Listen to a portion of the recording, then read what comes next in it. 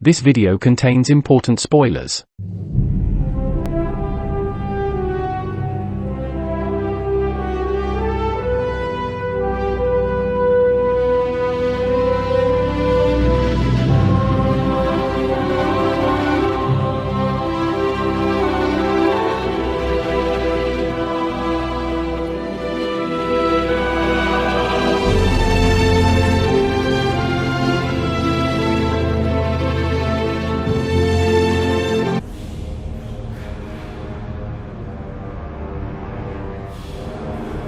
They are the nomad, the dweller, and the ascetic. They are the mystics and are powerful and destructive.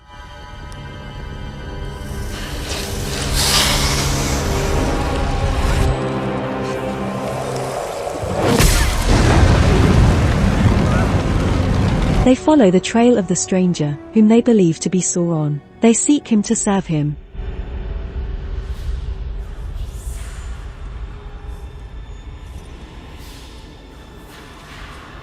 They have a music of sinister, stealthy, evil whispers, which reinforces their enigmatic character.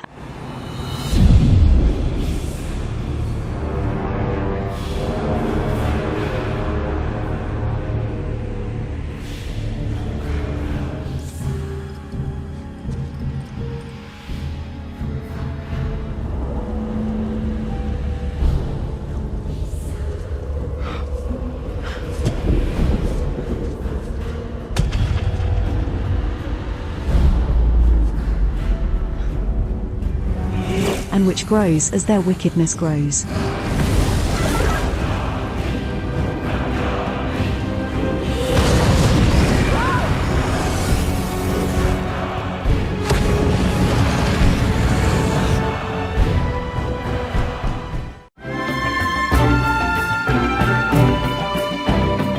The Harfoot hobbits are musically explained by a theme in which the percussions emphasize their condition of a tribe, of nomadic people.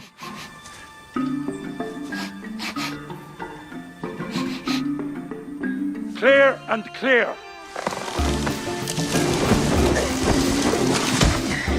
And in which the melody emphasizes the simplicity of its members, their camaraderie, and their union.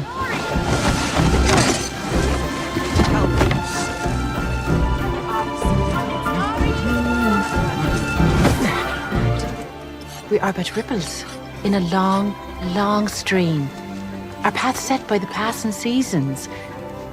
Nobody goes off trail and nobody walks alone. We have each other. We're safe. But then I saw you in the grass, right in this clearing. You were so beautiful that day. And in an instant, I knew I'd grow old with you, Marigold.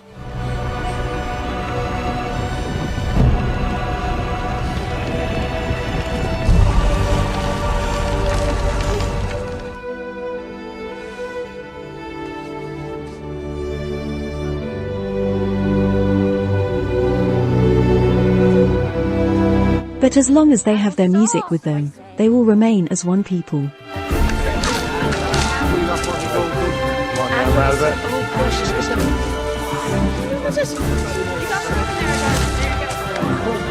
Nori will be the only one who will become independent with her own destiny and her own music. Where's your sister gone?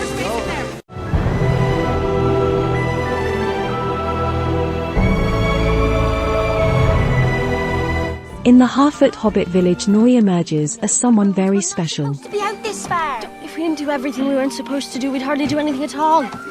She is introduced with her theme in an expansive mode, Go on now. embracing other characters and conveying a lot of light, positivity, and also kindness. This way. Sorry. When nothing yet is known about her, her music helps to explain a great deal about her.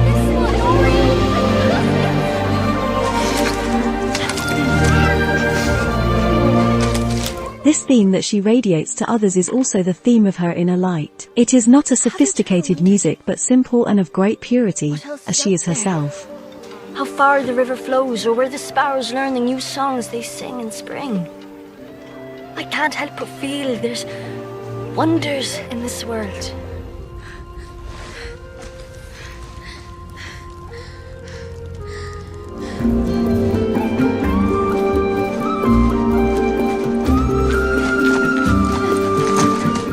And this music, too, lets us know that Nori may become someone especially important to the hobbits.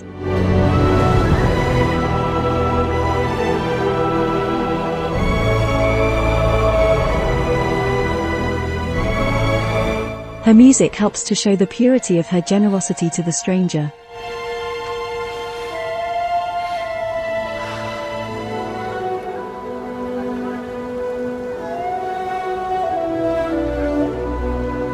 Her love for her family and also for her friend Poppy.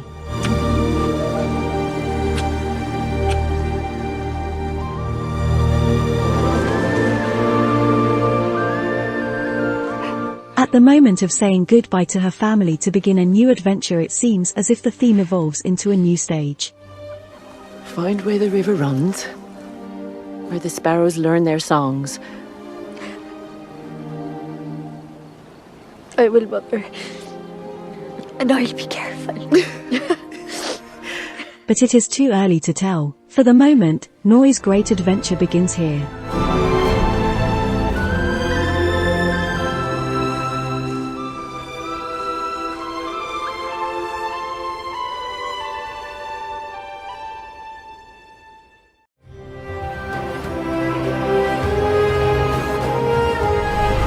Numenor, the kingdom of men, a grandiose place of proud people.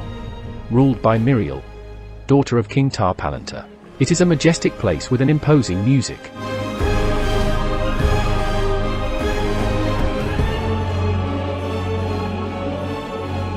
The theme of Numenor is presented here by Elendil, one of the faithfuls, and it has a certain air of hypnotic mystery.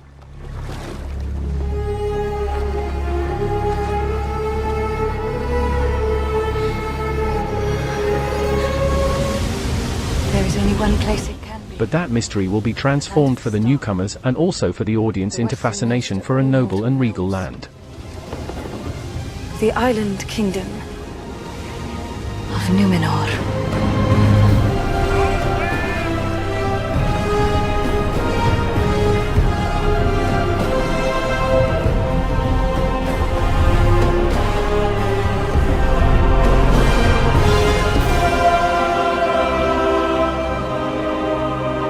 In the kingdom the elves are not welcome, and the music of Numenor reiterates the identity of men as a people.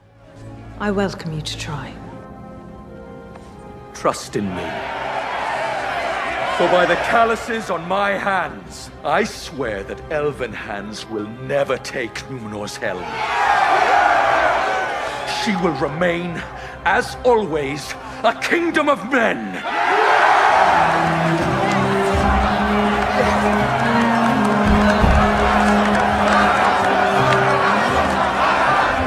It is Numenor's future you saw. Palantiri show many visions. Some that will never come to pass. It has already come to pass. But when through the tree, the Valar let the queen know that she must help the elves, then along with her all Numenor and all its music rise again as mighty and determined to defend themselves. Come as the statues that surround our isle? Or do they yet beat with the blood of the heroes that carved them amongst us even now?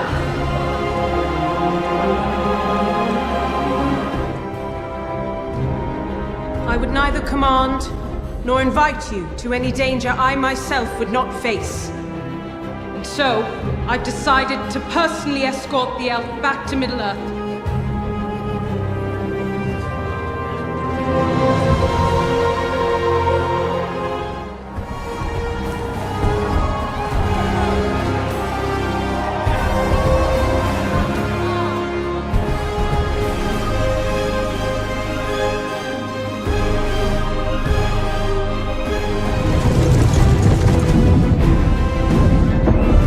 These are the moments of maximum expansion of Numenor's theme, which also grows in its union with that of Galadriel. Together, they are stronger.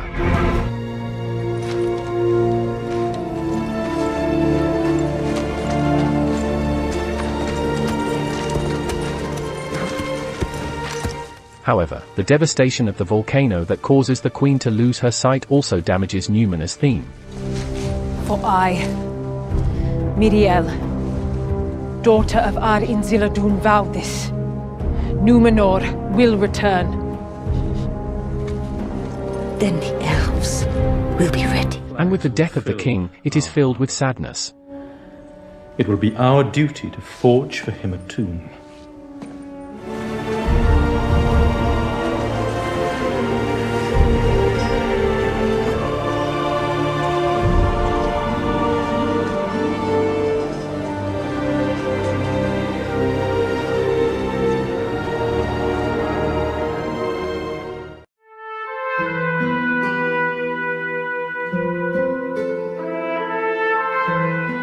Elendil and his sons share a musical theme that unites them as a family and as members of a clan, the Faithfuls. Trust that I have ever your best interests at heart.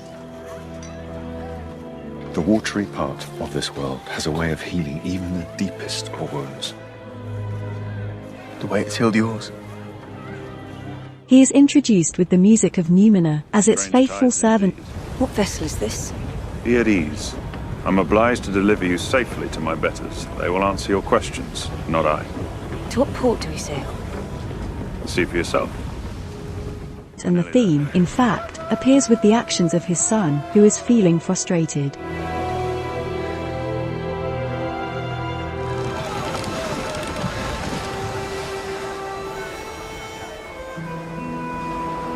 Its melancholy melodies indicate some hurt.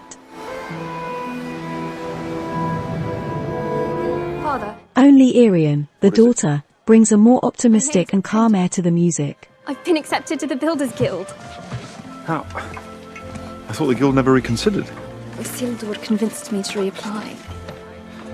The theme signifies them and puts them above the others as members of the ancestral values of those faithful to Numenor. Elendil and his son Isildur are hurt because Numenor is not what it should be. The real Numenor anyway. If it ever existed. It existed. It exists still. If only in the heart of the lowliest stable sweep. Friend? Elendil is a friend of the elves and speaks their language. I'm a loyal servant of Numenor. And yet, though elves have been unwelcome on our shore since the reign of my grandfather's great-grandfather, you chose to break with that precedent. Why? Which confronts him with Miriel, the enemy of the elves who forbids speaking it and who expels Galadriel. But through the tree and the music the Valar let the queen know that she must help the elves.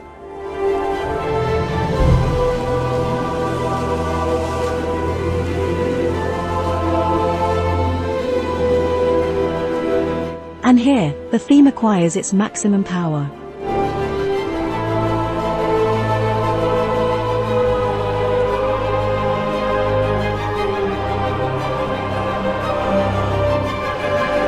And while this music will emphasize the family bonding, such as the father's grief at the loss of his son,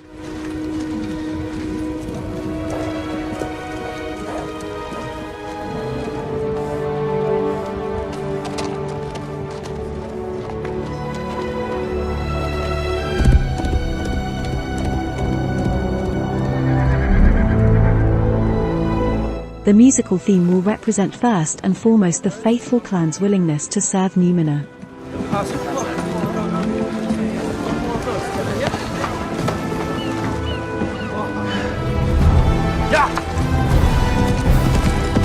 My father once told me that the way of the faithful is committing to pay the price, even if the cost cannot be known. And trusting that in the end it will be worth it. And it is a theme that also seems to embrace Tamiriel.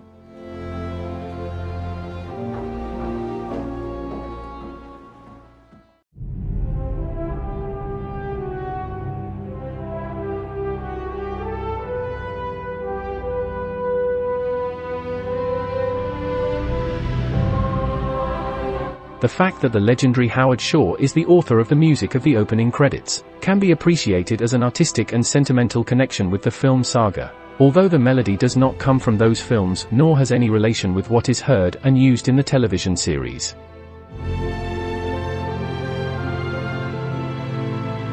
Generally, in television series, the opening themes are the main themes, those most powerful and well-remembered, most significant, those considered the flagship of the saga.